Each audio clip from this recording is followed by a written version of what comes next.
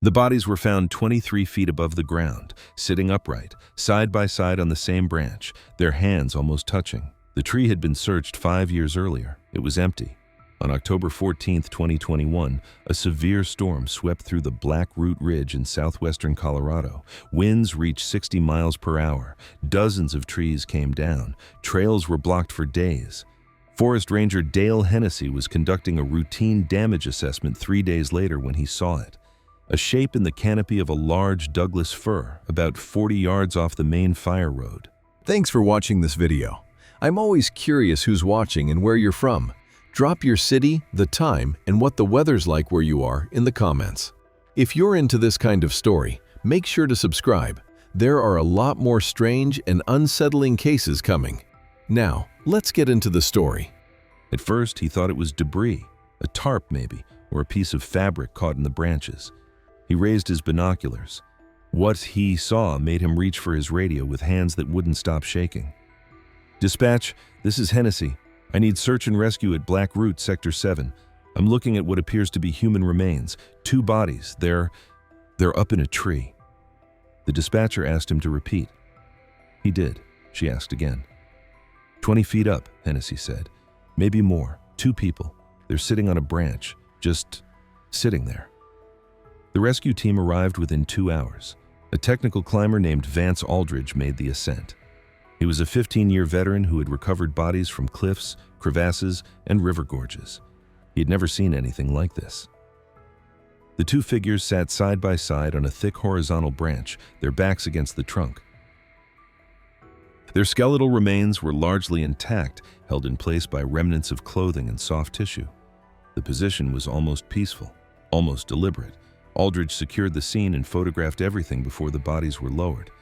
It looked posed, he told investigators later, like someone had arranged them, made sure they were together. Identification took less than 48 hours.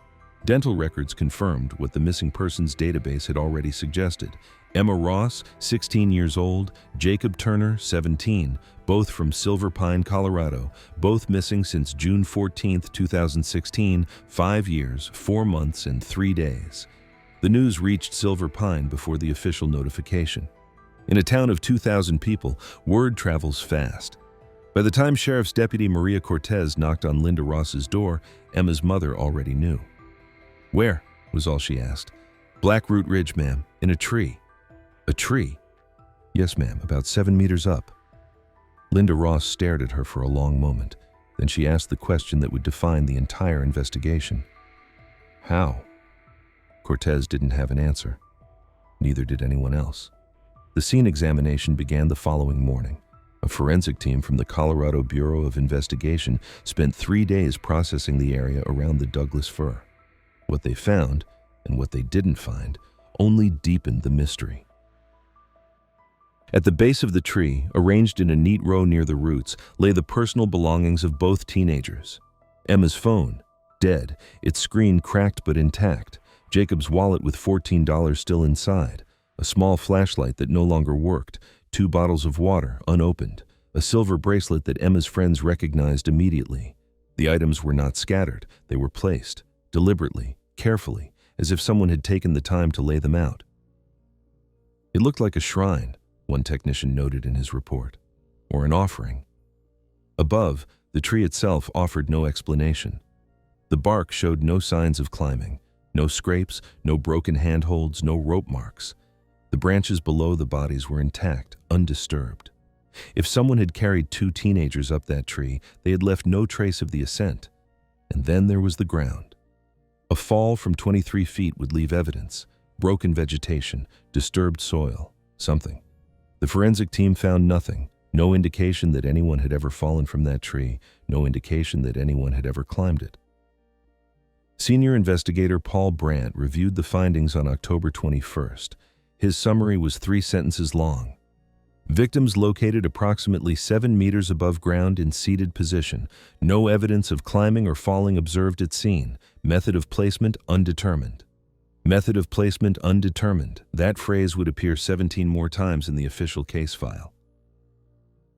But the most troubling detail didn't come from the forensic team. It came from the original search records. In June 2016, when Emma and Jacob first disappeared, Blackroot Ridge was searched extensively. 214 volunteers, 4 K-9 units, helicopter support with thermal imaging.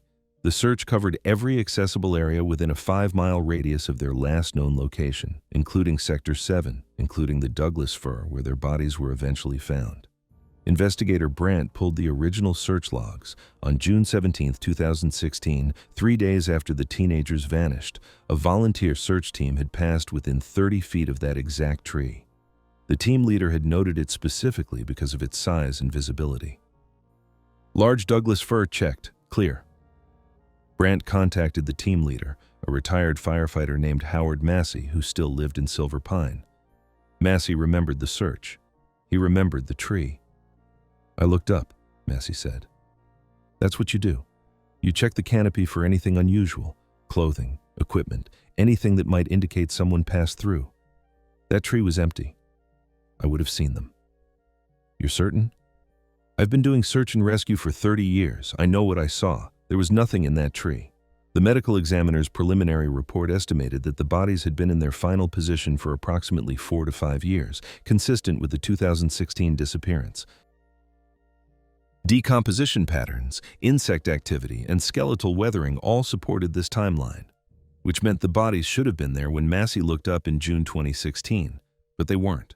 Brandt noted the discrepancy in his file. He had no explanation for it. He requested additional interviews with other members of the original search team. 3 more volunteers confirmed that the area around the Douglas Fir had been thoroughly checked. None of them had seen anything. On November 3, 2021, the Colorado Bureau of Investigation officially reopened the case of Emma Ross and Jacob Turner. The classification was changed from missing persons to death investigation, circumstances unknown. The investigation would last 16 months. It would involve forensic specialists, behavioral analysts, and experts in everything from arboriculture to criminal psychology. It would generate over 400 pages of reports, interviews, and technical assessments, and it would answer almost nothing. To understand what happened on Blackroot Ridge, or at least to understand what little can be understood, we need to go back to the beginning, to June 2016, to a small town at the foot of the mountains, to 2 teenagers who thought they knew those woods better than anyone. They were wrong. 3 weeks before they vanished, Emma Ross told her best friend something strange.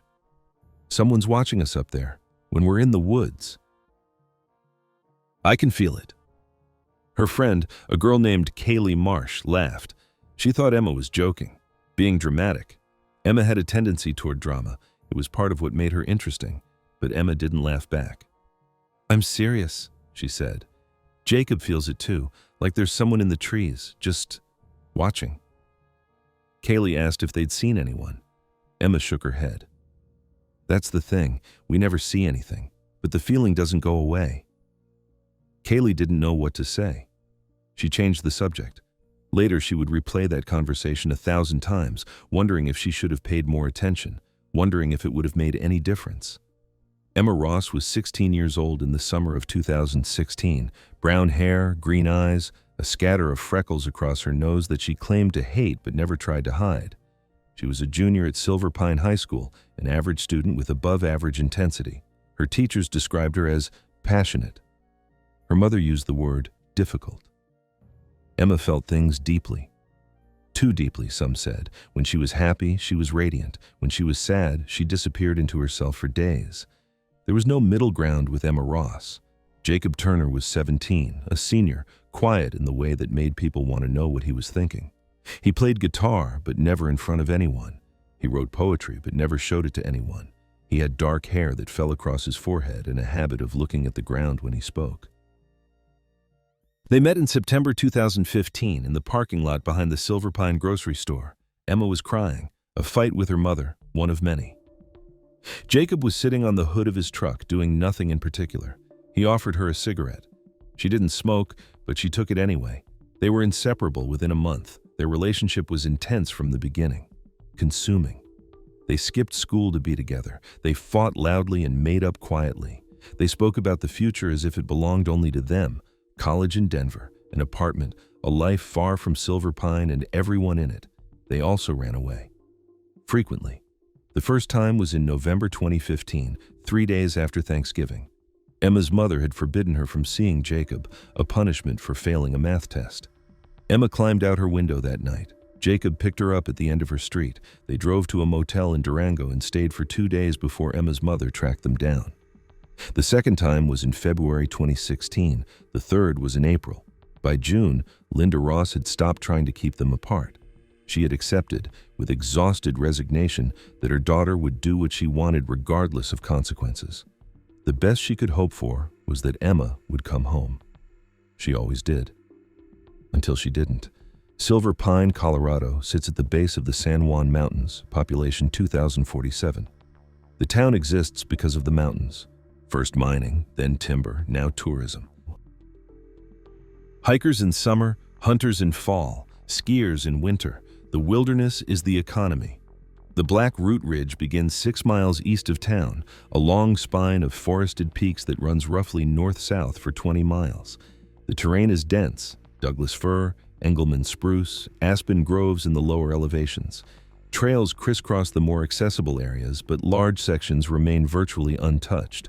Emma and Jacob knew those woods, or thought they did. They had been hiking the lower trails since they started dating. It was their place. Away from parents, away from school, away from the claustrophobic smallness of Silver Pine. In the mountains, they could pretend they were already living the life they'd planned. By spring 2016, they had ventured deeper, past the marked trails, into the older parts of the forest where the trees grew close together and the canopy blocked out the skis. That was when Emma started feeling watched. She mentioned it to Jacob first in late May. They were sitting on a fallen log about 2 miles off the main trail, sharing a sandwich, when she suddenly went quiet. "What?" Jacob asked. "Do you feel that?" "Feel what?" "Like someone's looking at us." Jacob looked around. The forest was silent. No movement, no sound. Just trees. "There's no one here," he said.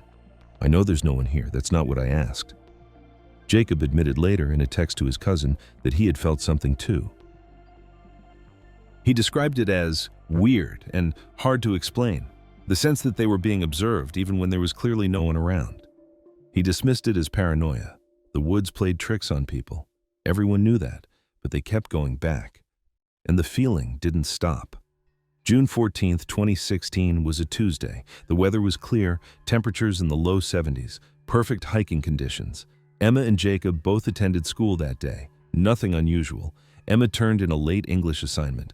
Jacob ate lunch alone in his truck, which was normal for him. They met in the parking lot at 3:15 p.m. when classes ended. "Want to go up?" Emma asked. Jacob said yes. They drove to the trailhead in Jacob's truck, arriving around 4 p.m. The plan, as Emma explained it in a text to her mother, was a short evening hike, a few hours in the woods, then home for dinner. "Back by 10, she wrote. The message was sent at 7:43 p.m. when they were already deep in the forest. Linda Ross saw the text and didn't respond. She had learned not to ask too many questions. Questions led to arguments. Arguments led to Emma disappearing for days. Better to wait and trust that her daughter would come home. At 10:30 p.m., Emma wasn't back. Linda wasn't worried yet. Emma's timeline estimates were rarely accurate. At midnight, she called Emma's phone. No answer. At 1:00 a.m., she called Jacob's phone. Also no answer. At 2:00 a.m., she called the police. The official missing persons report was filed at 6:47 a.m. on June 15, 2016. By then, Jacob's truck had been located at the Black Root trailhead, locked and empty. Both phones were going straight to voicemail. The search began at first light. In the first 48 hours, searchers covered 12 square miles of wilderness. They found nothing. No footprints on the trails, no discarded items, no signs that anyone had passed through the area recently. On day 3, the search expanded. More volunteers arrived from neighboring counties. A helicopter with thermal imaging flew grid patterns over the ridge. The K9 units picked up a scent near the trailhead, but lost it within a quarter mile. It was as if Emma and Jacob had walked into the forest and simply stopped existing. But there was one area where the search encountered unexpected resistance. Not from the terrain, not from the weather, from the dogs. The handlers noticed it first on day 4. The K9 units, trained to work in any environment, began acting strangely when they approached a particular section of the ridge.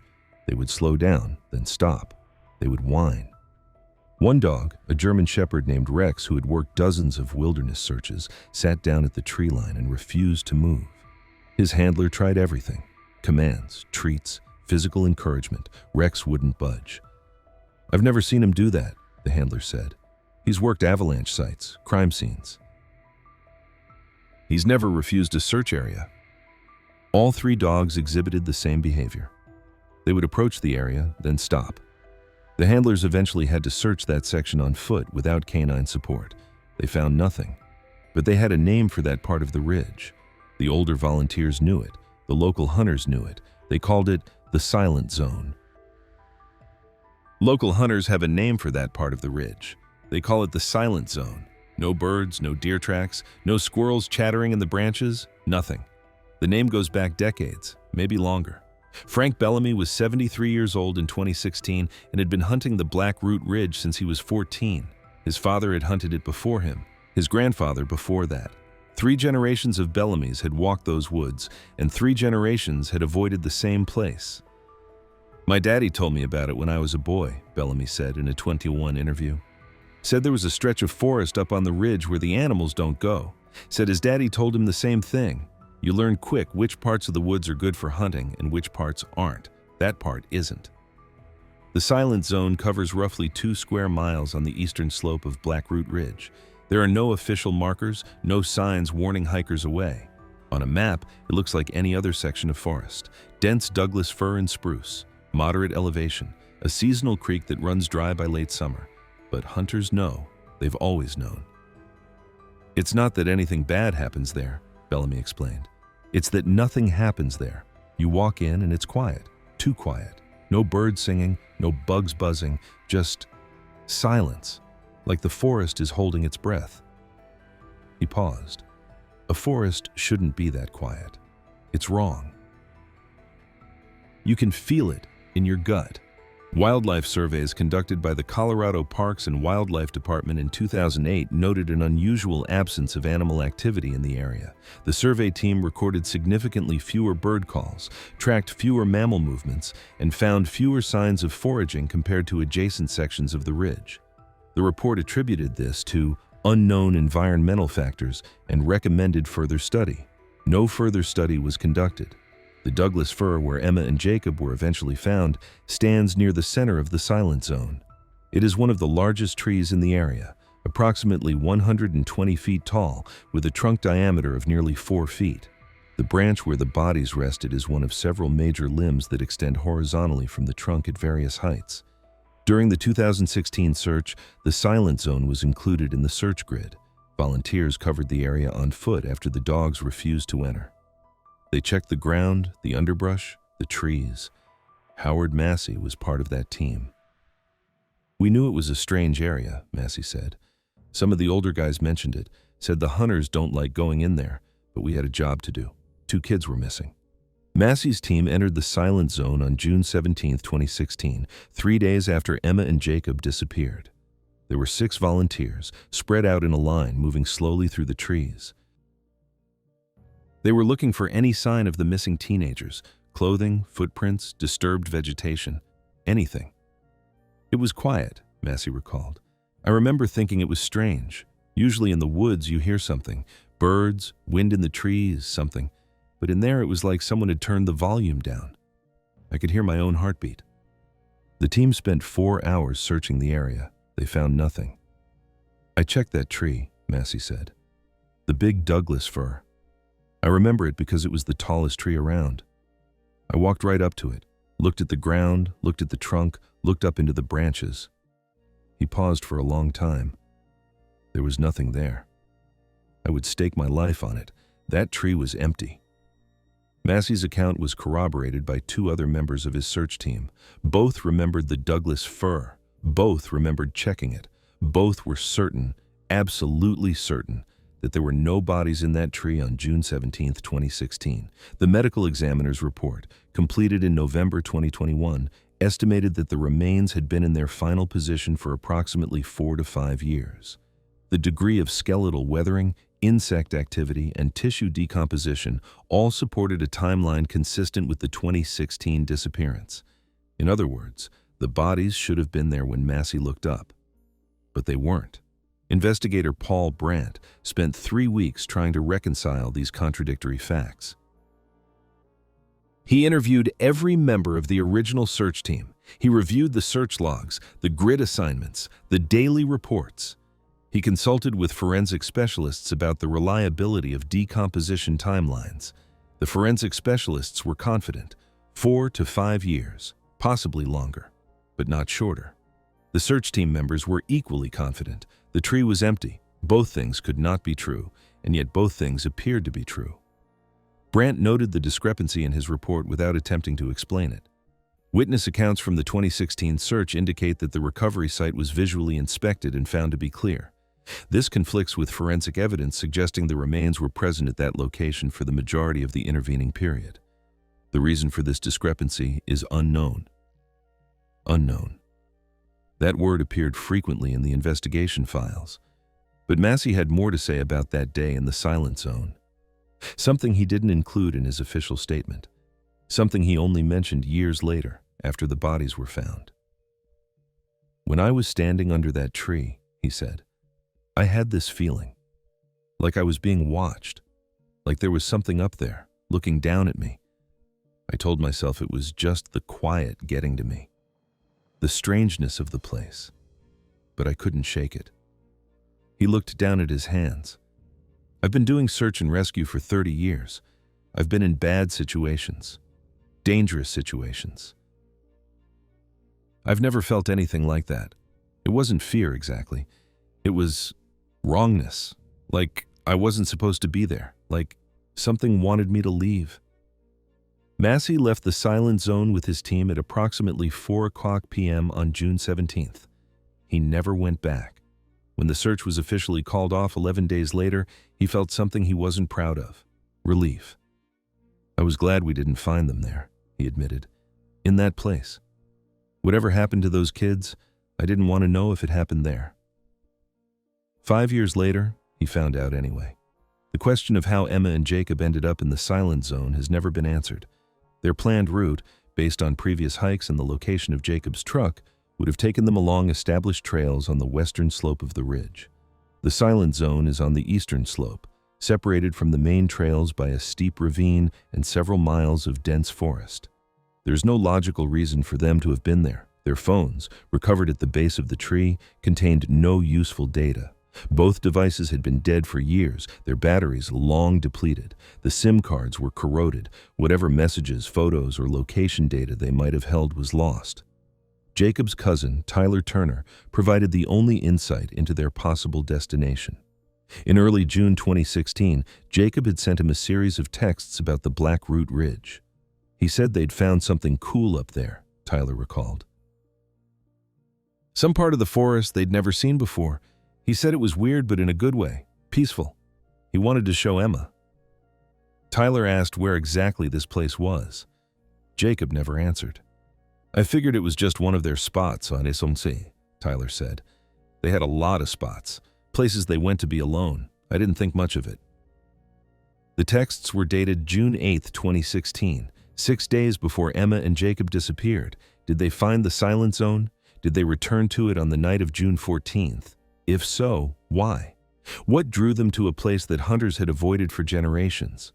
What did they find there that made Jacob describe it as peaceful? And what happened when the sun went down?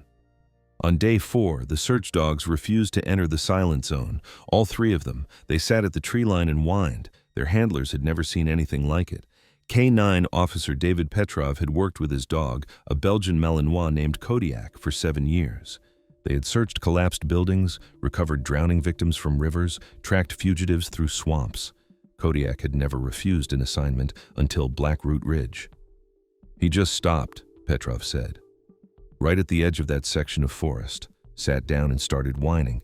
I gave him the command to search. He looked at me, then looked at the trees, then looked back at me, like he was saying, 'I'm not going in there.'" Petrov tried for 20 minutes. Commands, encouragement, treats. Nothing worked. Kodiak would not move past the tree line. "I finally gave up," Petrov said. "I've never done that before. Never. But something was wrong with that dog. His whole body was shaking. Whatever he was sensing in there, it scared him. And Kodiak doesn't scare. The other two K9 units exhibited identical behavior. Rex, the German shepherd, sat down and refused to move. A bloodhound named Duke began howling, a long, mournful sound that his handler had never heard him make. It wasn't a tracking howl, the handler said. It was something else, like he was warning us. The dogs were withdrawn from that sector. The search continued on foot. By day 4, the operation had grown to include 214 volunteers, coordinated by the San Juan County Sheriff's Office with support from Colorado Search and Rescue. Helicopters flew grid patterns over the ridge, equipped with thermal imaging cameras that could detect body heat through moderate forest cover. They found nothing. No heat signatures, no movement. No sign that anyone was on that ridge at all.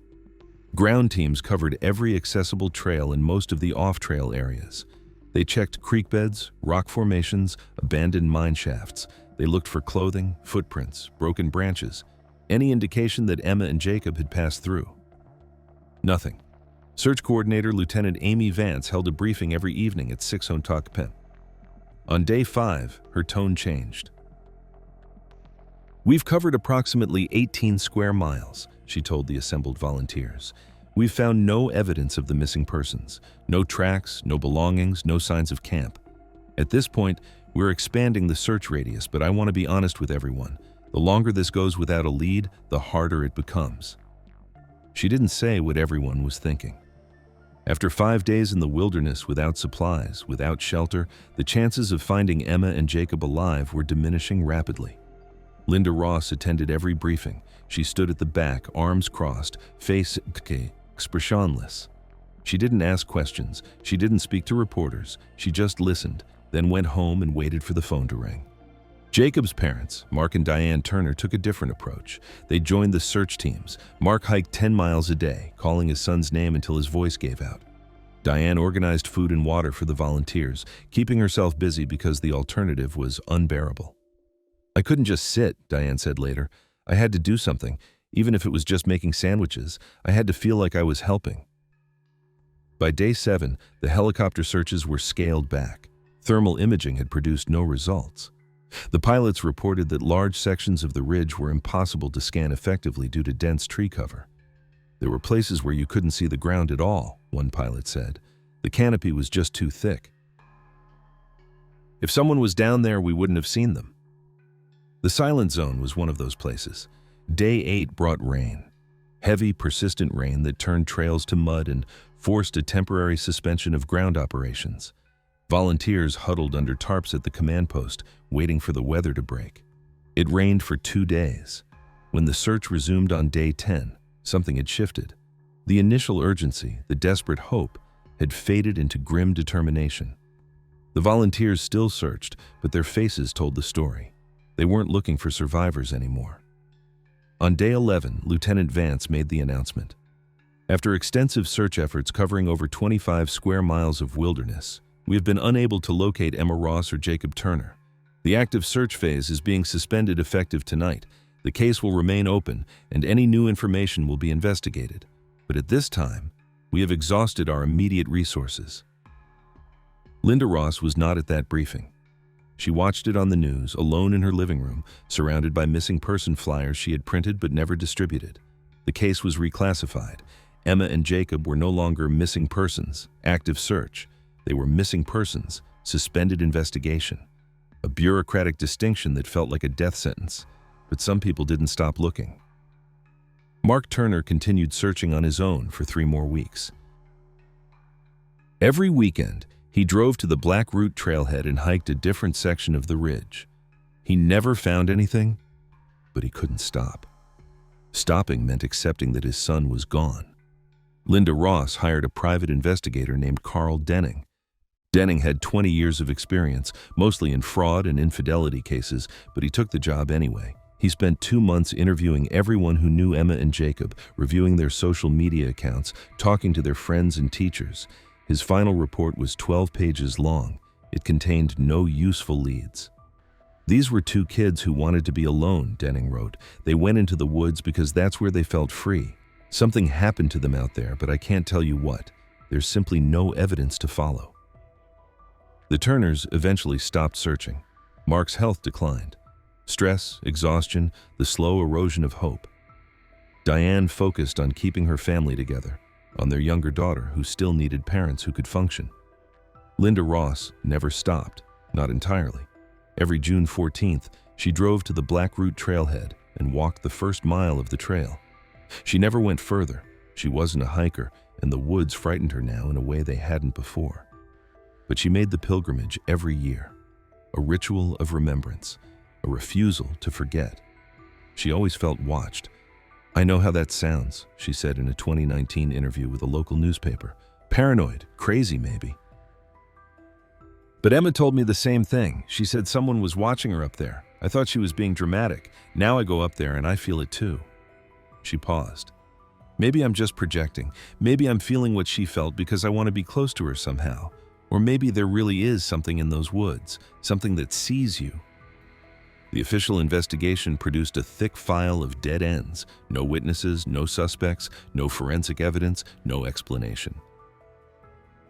The working theory, such as it was, suggested that Emma and Jacob had gotten lost, succumbed to exposure or injury, and their remains had been scattered by animals or buried by natural processes. It was plausible. It was logical. It explained why no bodies had been found. It explained nothing about what would be discovered 5 years later. On October 17, 2021, when Dale Hennessy raised his binoculars and saw two figures sitting in a tree, he wasn't just finding the bodies of Emma Ross and Jacob Turner. He was finding them in a place that had already been searched, in a position that defied explanation, with their belongings neatly arranged below, as if placed there by careful hands. The search that found nothing had been looking in the right place all along. The bodies were there. They had to have been there. But somehow, no one saw them. The first report came in August 2017. A hiker named Stephen Cordell was walking a trail on the eastern slope of Black Root Ridge when he heard something that made him stop. Voices, muffled, distant, coming from somewhere above him. "It sounded like two people talking," Cordell said. "A conversation.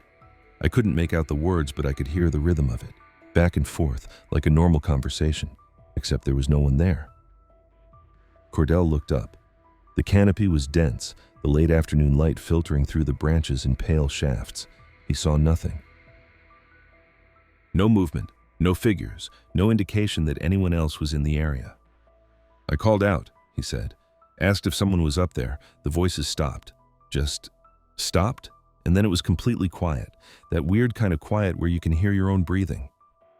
Cordell waited for several minutes. The voices didn't return. He continued his hike, unsettled but determined to find a rational explanation. "I told myself it was hikers on another trail," he said. "Sound carries weird in the mountains, echoes off the rocks. I almost convinced myself." But something nagged at him.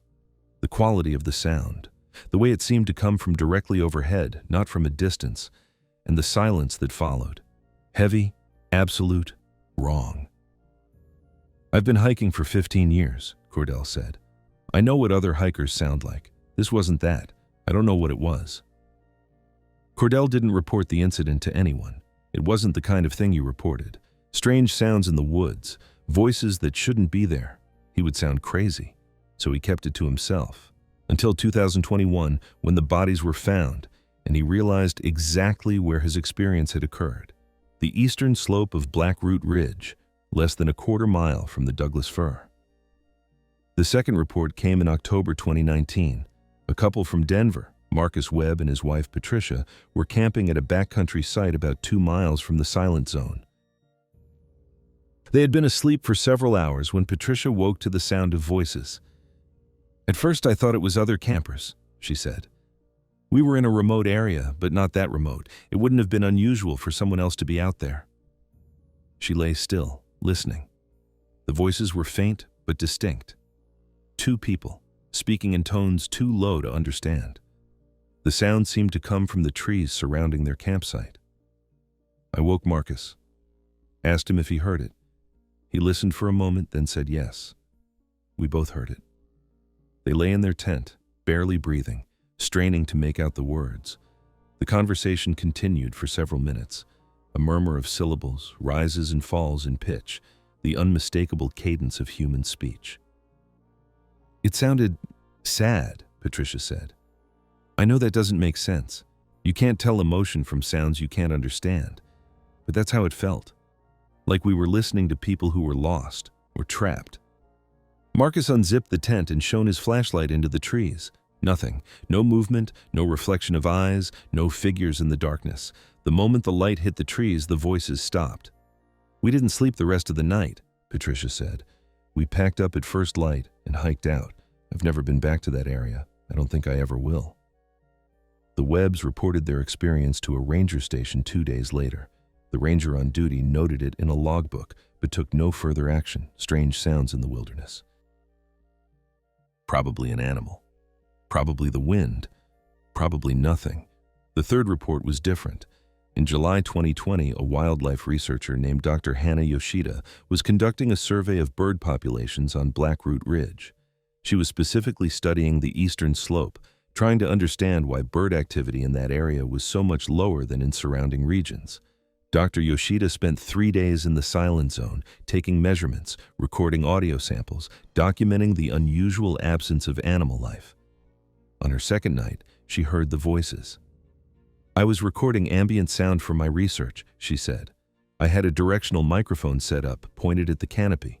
Just before sunset, the recording picked up something I couldn't explain." She played the audio for investigators in 2021.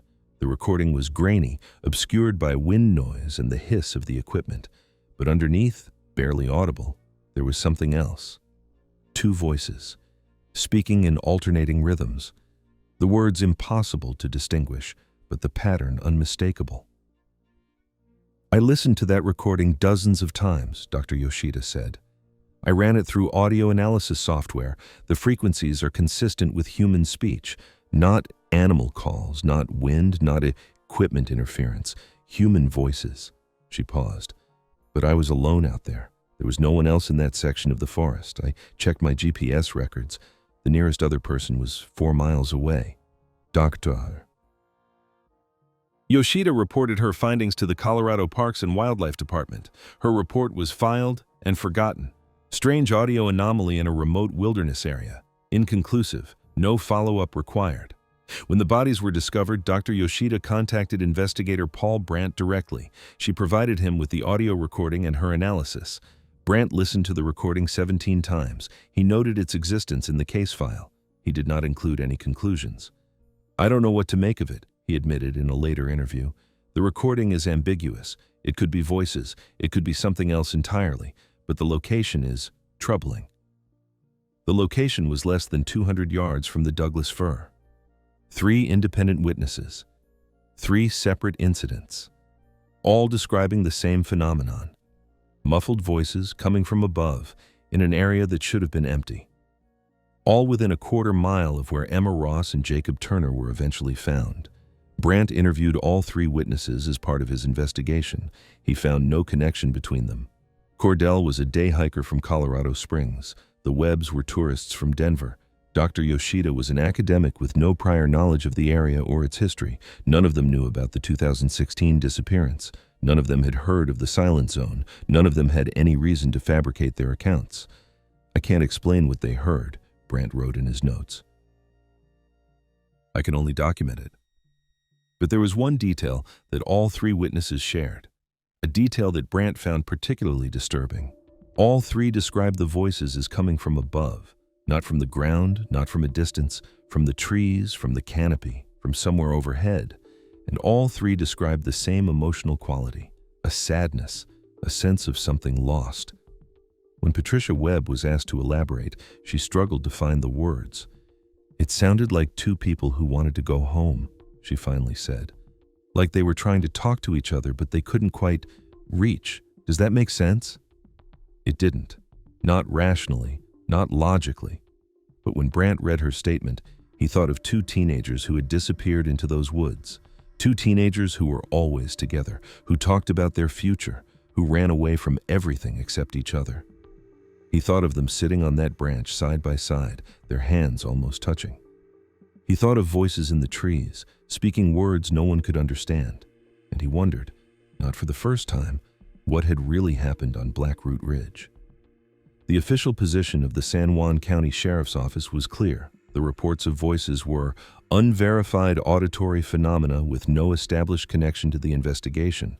The case file made no mention of them in its summary. But Brandt kept the interview transcripts.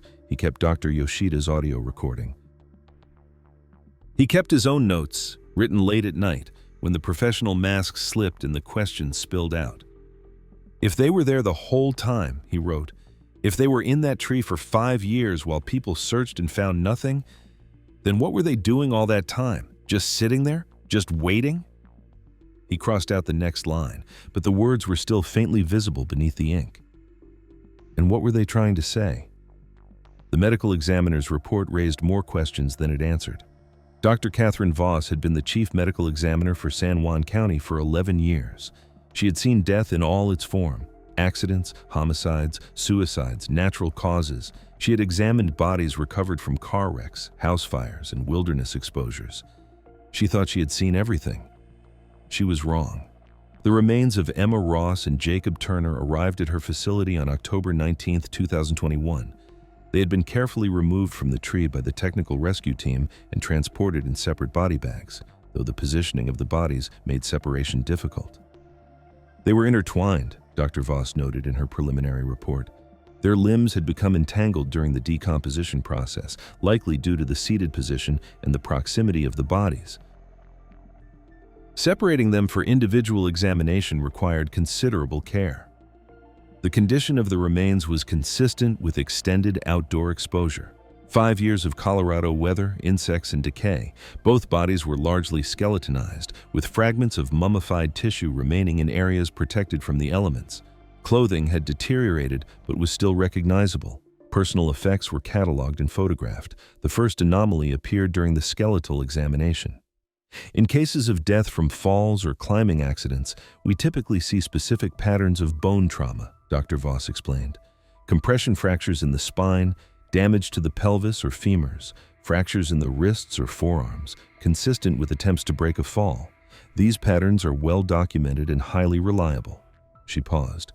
Neither body showed any of these patterns. No compression fractures, no impact trauma, no defensive injuries of any kind. In other words, Emma and Jacob had not climbed the tree. They had not fallen from it. Their bones told no story of physical struggle, no evidence of a violent ascent or descent. If they climbed that tree themselves, Dr. Voss said, they did it without leaving a single mark on their skeletons. That's unusual. The second anomaly was more troubling. Dr. Voss examined both bodies for signs of cause of death. She found none. No fractures indicating blunt force trauma, no knife marks on the bones, no evidence of gunshot wounds. No indication of strangulation or suffocation, though soft tissue damage would be difficult to detect after 5 years of decomposition. "I couldn't determine how they died," she said. "In most cases, even with advanced decomposition, there's something. A broken hyoid bone, a skull fracture, a bullet lodged in tissue, something that tells you what happened." She shook her head. These two had nothing. It was like they just stopped, like their bodies simply gave up. The official cause of death was listed as undetermined. The manner of death, homicide, suicide, accident, natural, was listed as undetermined. These classifications were not unusual in cases of advanced decomposition, but they were frustrating. Dr. Voss had expected at least some answers. She found only questions. The third anomaly was the positioning. Forensic specialists were called in to analyze the placement of the bodies on the branch. How had they gotten there? How had they remained in a seated position for 5 years? Why hadn't they fallen? Dr. Nathan Cross, a forensic anthropologist from the University of Colorado, examined the scene photographs and conducted his own assessment. "The position of the bodies is inconsistent with self-placement," he wrote in his report. To reach that branch, the subjects would have had to climb approximately 7 meters up a trunk with no low branches and limited handholds. This would require significant strength and climbing ability. There is no evidence that either subject possessed these skills. Emma had never rock climbed. Jacob had never shown interest in tree climbing. Neither had any training or experience that would suggest they could scale a 100-foot Douglas fir in the dark. Additionally, Dr. Cross continued, the seated position is mechanically improbable for self-placement. To sit side by side on a horizontal branch, both subjects would have had to achieve a precise position simultaneously while maintaining balance at significant height. This is extremely difficult even for trained climbers. His conclusion was blunt. The positioning suggests external placement. Someone, or something, put them there. But if someone had placed the bodies in the tree, how had they done it? The forensic team had found no evidence of ropes, pulleys, or climbing equipment, no marks on the bark, no disturbance to the surrounding branches, no indication that any apparatus had been used to lift two bodies, approximately 280 pounds combined, 23 feet into the air. We considered every possibility, Investigator Brandt said. A crane, a helicopter, some kind of mechanical lift, none of them fit. There's no access road for heavy equipment. A helicopter would have been heard and seen, and there's no physical evidence of any device being used. The absence of evidence was itself evidence of something, but no one could say what. Dr. Cross offered one additional observation. It was not included in his official report, only mentioned in a private conversation with Brandt. The symmetry bothers me, he said. The way they're positioned, side by side. Same posture, same angle. It's too precise, too deliberate. If this were an accident, if they somehow climbed up there and died, the bodies would have shifted over time. Gravity, decomposition, weather. Something would have disrupted the symmetry. He looked at the photographs again. But they're perfect, like someone wanted them to be found exactly that way, together, peaceful, like they were posed for a photograph. The forensic evidence offered no resolution. If anything, it deepened the mystery. The bodies had been there for years. They had not climbed, they had not fallen, they had not been lifted by any identifiable means. They had simply appeared, two teenagers seated on a branch in a forest where nothing makes a sound, waiting to be found. Investigator Brandt compiled the forensic findings into a summary document. He presented it to his superiors in December 2021, along with a request for additional resources to continue the investigation. The request was denied. We have no suspects, his supervisor said. No witnesses, no forensic leads, no evidence of criminal activity beyond the unexplained placement. What exactly would additional resources accomplish? Brandt had no answer. The official version, the version that appeared in press releases and media statements, was carefully worded. Death under unknown circumstances with subsequent unexplained displacement of remains. It acknowledged the mystery without inviting speculation. It closed the door on questions that had no answers, but Brandt kept his own notes, private observations that never made it into the official file. The experts all agree on one thing, he wrote. They have no explanation. The forensic evidence doesn't point to any known scenario. It points to something else. Something that doesn't fit our models. He added one more line. What happened to these kids isn't just unknown. It's unknowable, at least with the tools we have. Dr. Voss signed the death certificates on January 15, 2022. Cause of death, undetermined. Manner of death, undetermined. Location of death, Black Root Ridge, San Juan County, Colorado. The bodies were released to the families for burial. Emma Ross was laid to rest in the Silver Pine Cemetery on January 22nd. Jacob Turner was buried beside her the following day. Their graves are adjacent, their headstones facing east, toward the mountains where they disappeared. Linda Ross chose the inscription for her daughter's headstone. It reads, "She wanted to be free."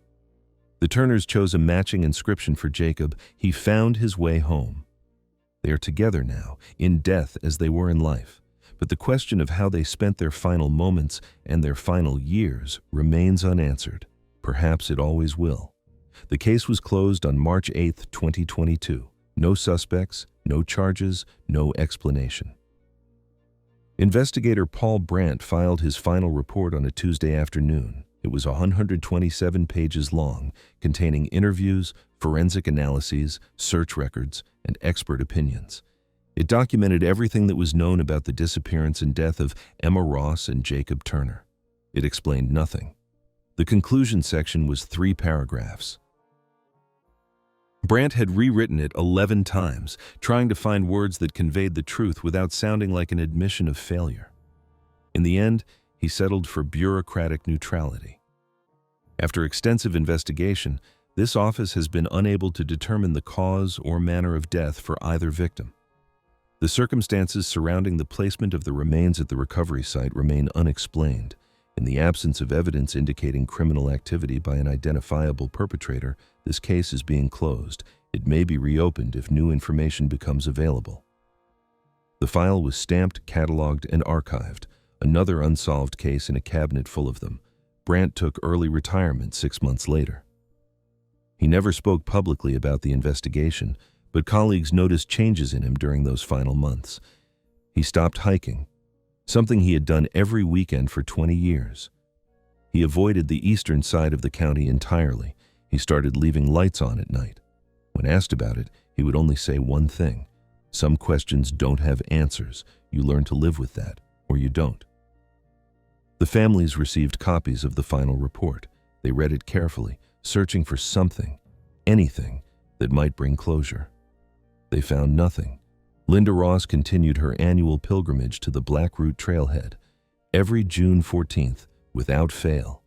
She walked the first mile of the trail, stood in silence for exactly 1 hour, and then returned to her car. She stopped in 2024. "I realized I wasn't going there for Emma anymore," she said. "I was going there because I was afraid to stop. Like if I stopped, it would mean I'd given up. But Emma's not on that trail. She's not anywhere I can reach." She paused. "She's just gone. And I have to learn how to live with that." The Turners moved away from Silver Pine in 2023. Mark's health had never recovered from the years of searching, hoping, grieving. Diane wanted a fresh start, somewhere without mountains on the horizon, without memories in every street corner. They settled in Nebraska, flat, open, endless sky, as different from Colorado as they could find. "I still think about him every day," Diane said. "I still wonder what happened, but I can't spend the rest of my life looking at those mountains and asking questions that will never be answered." She looked out the window at the prairie. Jacob loved the wilderness. He felt free there. I have to believe that wherever he is now, he still feels that way. The silent zone remains. Hunters still avoid it. Hikers occasionally pass through, most of them unaware of its history or its reputation. The Douglas fir still stands, too large and healthy for anyone to consider cutting down, too remote for any official marker or memorial. But locals know. The story has become part of Silver Pine's folklore, passed down in whispers and campfire tales. 2 teenagers who vanished into the woods. 2 bodies found in a tree 5 years later, in a place that had already been searched. No explanation, no answers, just questions that echo in the silence. Some details have been embellished over time, some have been forgotten, but the core remains. Something happened on Black Root Ridge that no one can explain, and the forest keeps its secrets. Dale Hennessy still works as a ranger, but he no longer patrols the eastern slope. "I put in for a transfer to the Western District," he said. "Told them I wanted a change of scenery. They didn't ask questions." He still thinks about that October morning, the shape in the tree, the way his hands shook when he reached for his radio, the feeling, irrational but unshakable, that he was being watched. "I don't go near that part of the ridge anymore," he said. "I know what's out there. Or I know what was out there, and I know what I saw." He was quiet for a long moment. "I've been a ranger for 18 years. I've seen bears, mountain lions, all kinds of wildlife. I've found lost hikers, recovered accident victims. I thought I understood these mountains." He shook his head. "I don't understand anything, and I don't want to. Some things aren't meant to be understood." The voices in the trees have not been reported since 2021. Perhaps they were never there. Auditory illusions, tricks of wind and memory. Perhaps they stopped when the bodies were found, when Emma and Jacob were finally brought down from their perch and laid to rest in consecrated ground. Or perhaps they continue in that quiet part of the forest, speaking words that no one is around to hear. Dr. Hannah Yoshida, the wildlife researcher, returned to the Silent Zone in 2023. She wanted to complete her bird population study, to understand why that section of forest remained so strangely empty of animal life. She spent one night there. Just one. "I heard them again," she said. The voices, faint, like before, coming from somewhere above me. She didn't record them this time. She didn't try to analyze them. She packed her equipment and hiked out before dawn. "I'm a scientist," she said. "I believe in evidence, in data, in rational explanations. But there's no rational explanation for what I heard, and I've decided I don't need one." She never went back.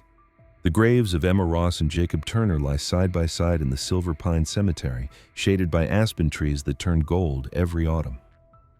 The headstones are simple, matching, their inscriptions facing the mountains. Visitors sometimes leave flowers, sometimes notes, sometimes small tokens, a guitar pick for Jacob, a silver bracelet for Emma. The offerings accumulate, are cleared away, and accumulate again. In death, they have become something they never were in life, a mystery, a legend, a cautionary tale about the wilderness and its unknowable depths. But for those who knew them, for Linda Ross, for the Turners, for Kaylee Marsh and Tyler Turner and all the others who remember two teenagers in love, they are something simpler. They are Emma and Jacob. They wanted to be together. They wanted to be free. In the end, they got both. The case file remains in the San Juan County Archives, available for review by anyone who requests it. The 127 pages tell a story with no ending, raise questions with no answers, document a mystery that will likely never be solved. On the final page, in investigator Brandt's handwriting, there is a note. It was added after the official report was completed, scrawled in the margin like an afterthought. They were found together. Whatever happened to them, they faced it together. Maybe that's the only answer that matters. Below it, in smaller letters, but I still hear them sometimes, in my dreams, two voices in the trees, talking about something I can't quite understand. The note was never officially entered into evidence. It remains in the file, unsanctioned and unexplained, like everything else about the case of Emma Ross and Jacob Turner, like everything else about the Silent Zone, like everything else that waits, unseen and unknowable in the dark spaces between the trees.